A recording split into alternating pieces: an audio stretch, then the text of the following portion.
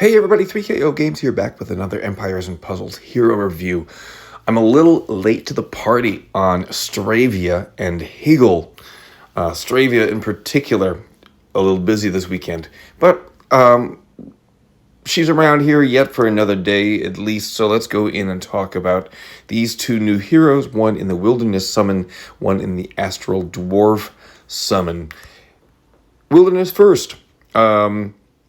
Stravia, there she is, running, dropping maps. Yellow 5-star monk. Love the Wilderness Wildcat artwork frame on around the card. I think it's pretty cool. And she's at 1230. Once again, the highest number out there. Team power. Super strong attack here. 1367. 1159, which is relatively low, believe it or not, on defense. It's still a very big number. 2163 health. If you double limit break her, she gets fiend resist, which is pretty useless at this point. Maybe when we start seeing these new vegetable heroes with the harvest summon, I think they do some fiend things, and maybe this will be a little bit more interesting again. But anyway, we will see. Wildcat family, of course, gets a chance to dodge. 5, 10, 15% chance to dodge special skills, and each special skill dodged damages the attacker for 100, 200, 300 damage. That's when you have 1, 2, or 3 Wildcats on your team. The passive everybody knows about. 80% chance to revive at the beginning of their next turn if they are defeated, with 50% health, and 80% mana. Can happen up to 9 times. Thus far, to me, this is annoying, but it's not dangerous. I suppose once you start getting stronger and stronger Wildcats and more than one on your team, maybe this will become dangerous and not just annoying. They also got this trait thing. This one is for Lithe Frame. No buff or ailment. You can't increase or decrease her defense, either with buffs, ailments, growth, wither, or stacks. Great. All right, now let's jump in and take a look at Courier's Dash at very fast speed. 170% clawing damage to all enemies. Clawing damage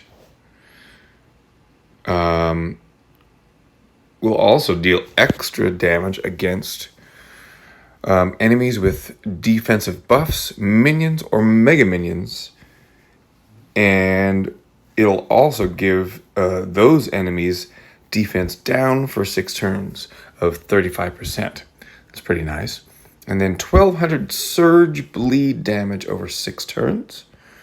If a target already has this effect, the duration will be refreshed and the damage will be increased by 300. Max total damage 3,000. Yeah, that's a whole lot of times that you'd be reactivating the special skill, but still pretty good. If the caster is defeated in the next 4 turns, first of all, we know she has a 80% chance of just reviving anyway, but then it's going to reduce the max health of all enemies by 1,000 over 4 turns. Effect is stronger against targets with boosted health, an additional 250 per turn, so potentially another full 1,000. Wow, that's pretty crazy. All allies resist new effects that block usage of special skills for 4 turns. Seems like a little bit of an afterthought there, but will come in handy once in a while. Man, at fast speed, I think she's great. She's not going to be the hero that just ends the battle for you. But I mean, she's going to go off like 3-4 times in a match. And this, man, this bleed damage and doing extra damage against minions and mega minions, plus defense down, and the max health reduction. Fantastic Wildcat. Maybe one of the best out there. I think, I mean, between the 1-2 punch of Stravia and this guy, this Leonard guy, these are the two best Wildcats thus far. Excellent hero. Congratulations if you pull her. She's featured alongside of Leonard and Ashian, a good fawn. And what other hero in the history of Empire and Puzzles could be featured in a premiere summon well over a year after she was released? 150 team power below the rest of the people that are featured. And people would still be like, yeah, sounds good. Bernadette, crazy how long she is lasting. She maybe not the premier tank. I know Gurik has kind of taken over, but I don't know. I think she's more annoying than Gurik. Still, pretty crazy. Anyway, that's enough about the Wilderness Summon. Again, Stravia, excellent hero. Let's go into the Astral Summon here, where we have this guy reading some maps, got some funny eyeglass things going on, got some like pointy things in his end of his beard. Don't quite understand that. This is Hygil, I believe. That's what I'm going to say. Also 1230 team power, a little bit more evenly matched. 1200 attack, 1316 defense, 2263 on health. If you double limit break this guy, he gets a damage reduction ether talent, 10% for the first 6 turns. Okay. Astral Dwarves. A chance to dispel a random dispellable status effect buff from all enemies at the end of each turn, and a chance to resist mana reductions and mana status ailments. Each successful resist by this family gives this character 5% mana.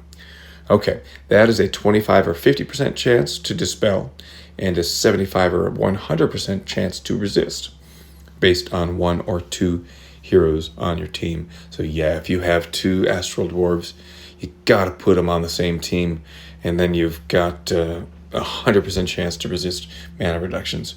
Pretty awesome. Bunch of passives. Bypasses minions and mega minions. Has innate resistance against incoming negative effects and damage from minions and mega minions. I forget about this sometimes and then think, oh yeah, we'll just let the mega minion take care of it at the end. It's like, nope, doesn't do anything. And then perfect accuracy, never misses its targets. Okay. Let's read about the Polestar Expedition at slow speed. Deals 850% damage to the target. We are getting filled with slow speed snipers that are actually pretty good, pretty worth it. Let's read on and find out if this guy will join the likes of like Mordowitch, and then there was another moth that just came out as like, ooh, slow speed, just damage 1, but yes, please, great hero. The target receives 100% damage for all the damage their allies receive for 5 turns. Yeah. And all allies get 550 attack growth. And all allies get 35% mana generation, plus mana generation for 5 turns. It may be overkill, because 850 damage. Okay, maybe that doesn't actually kill the target, but it might. And now you're going to give that target 100% damage from all the damage their allies receive. Yeah, I mean, that is absolutely just going to wipe somebody out. We've seen this type of mechanic before with my favorite, Torben. There is Yarlaith or something like that. One of the Garrison Guard heroes does something similar to this, and there's some much older heroes. Oh shoot, I'm gonna misspeak here. I want to say Quinton, maybe. It does something like this. But this with the latest stats and this particular set of skills is pretty awesome. Yeah, pretty much guaranteed to wipe out a hero.